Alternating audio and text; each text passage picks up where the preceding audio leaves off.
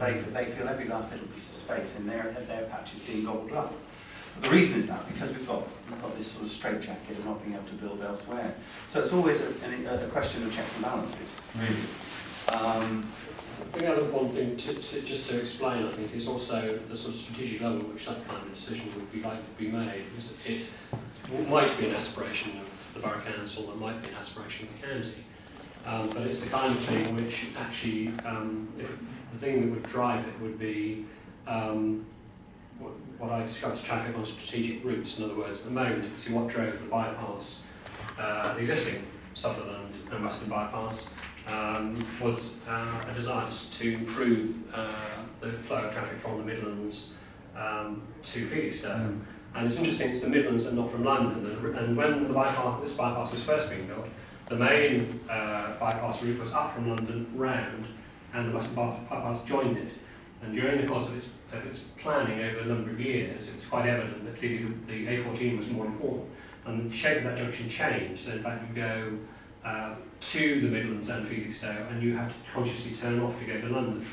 The tricky thing about bypass planning is knowing how far in or how far out actually to draw a bypass. To some extent, you want not to have too many junctions, and there's sort of rules of thumb, well, a bit more sophisticated rules of thumb, but let's call them that, about how far apart junctions are. Because by the time you've got onto junctions, speed up, adjust into the flow of traffic, and you find you've got another junction, that's something you want to avoid. So these junctions are at probably at least the minimum spacings that they really need to be.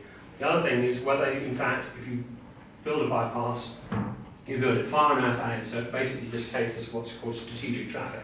The traffic would be coming from various Midlands and further on to Felixstowe and London. Or whether in fact you draw it in because in fact it would enable people who say wanted to live here, wanted to work there, and find it easy to get onto the bypass and come off again. And so if there's going to be a north bypass, it probably is, and again bearing in mind what I've said about junction spacings, it isn't likely to come off at the existing one where Asda is, which is where you first turn off Ipswich at the moment. It's more likely to be at Claydon or further north. Now that therefore puts it way up here somewhere. And then the question then is how far it's drawn in, and it's then got to connect up with the Western bypass, which is actually over here, beyond Kesgrave. How much traffic that tracks onto that's local, is one of the kinds of things which the Department of Transport would look for. The other thing that it inevitably does, wherever it happens, is that people then see an opportunity to develop it. And I'm sure you've seen, if you travel on any of the main trunk roads or motorways anywhere in England, suddenly, curiously, in the middle of nowhere, in the countryside, just where you think you want to protect the countryside, an absolutely colossal shed, and those sheds, generally speaking, are national distribution network sheds for the major supermarkets and others. And it wouldn't be difficult to imagine circumstances where this countryside's delightful, beyond Westerfield, beyond Tottenham, beyond Playford, suddenly seeing in the countryside huge sheds right on junctions, because someone has seen the opportunity to develop land, because the value of land goes up significantly when it accesses it. The sort of thing you've got at Copdock and business parks. A little bit like that, but certainly if you go, there's one being built near Woolpit at the moment, just beyond Horley, an absolutely huge shed, which I suspect, one wouldn't normally expect to see in the countryside, and I'm sure it's for that kind of purpose. So those are sort of considerations. The question of the development value, if you like, of the land, what it's worth, with a road next to it being greater, isn't something that concerns the Department of Transport. But it will concern landowners, and they'll be interested in that. And then there'll be a tension between how you protect the countryside and the small villages, and how you allow development that happens to have a much improved access to it. So those are kinds of things which one might tease out from ideas about what a northern bypass might deliver. Yeah. In some respects, possibly a simplistic question, but due to the lack of or the small amount of development land available, it'd be interesting to know whether in the foreseeable future you think there's a time where Ipswich will no longer be able to develop any longer, it will just have to stop developing due to the shortage of land. Well, there's a sort of recycling process that goes on all the time, so especially nowadays, where I think about 90% of development over the planned period is predicted to be brownfield land. So There are other sites called windfall sites becoming available. Factories closed down, or whatever, where we haven't anticipated it, and those become ripe for development. I don't know.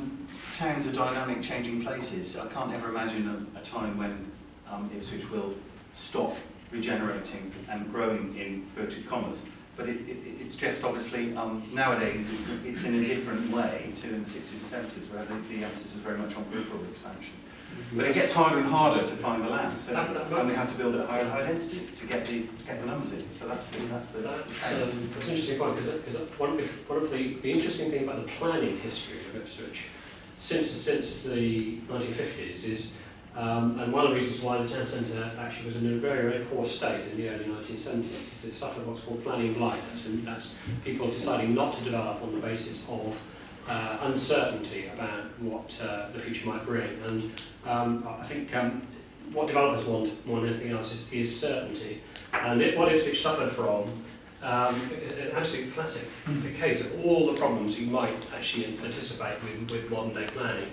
The first proposals to significantly expand Ipswich was a report, I think it's called the Vincent Report in the 1960s, which at the cutting edge of technology proposed a monorail between Ipswich and Felixstowe, and effectively it was proposing to develop all the way along the northern bank of the Orwell, what is now an area of outstanding natural beauty. But it was sort of rather pie in the sky, and in the 50s and 60s, while there was quite a lot of town building going on, it didn't actually hold much favour. Then the government was having built a number of entirely new towns from scratch after the war. They went through a series. There was sort of first generation new towns, second and third generation, but setting up entirely new communities from scratch was actually quite difficult to do, causing quite a lot of social problems. So the government attempted what I suppose would be described as sort of urban grafting large new communities onto existing communities. And Ipswich was one of the target towns that they were proposing to do this, and they employed a firm of consultants called Shank & Cox to do the proposals. And what they were suggesting was a community of about 60,000 people out on the south-west side of Ipswich, and a similar number on the east side, so the population would grow by 120,000 or more or less. At the same time, we looked at Peterborough and we looked at Northampton. If you look at the centre of Peterborough and Northampton now, you think that Ipswich had a relatively lucky escape. In the end, they didn't proceed with the Ipswich one because politicians said Ipswich could better grow naturally. What they meant was they didn't have enough money to do Peterborough and Northampton and Ipswich. But for many years, one of the appalling eyesores that hung over Ipswich was the Greyfriars development on the southwest of the town centre in here. There's a road here, this is Burkefield Drive, which is very wide grass verges either side. The intention was that all this development would take place in the south-west fringe. There would be dual carriageway coming in to the south over the railway line, Whitby Bridge, and come right into Greyfriars, and the whole of the area where Willis Faber is, right up to the town hall, would have been completely and comprehensively redeveloped. So I think actually Ipswich should have a lucky escape, and there's been a separate solution to the Greyfriars problem to some extent, where by sort of conversion and adaptation and some selective demolitions. But the face of Ipswich would utterly have changed. When that was abandoned, because a lot of people were up in the air not knowing what to do, we then had, I think, one further major drama, really significant drama. We were already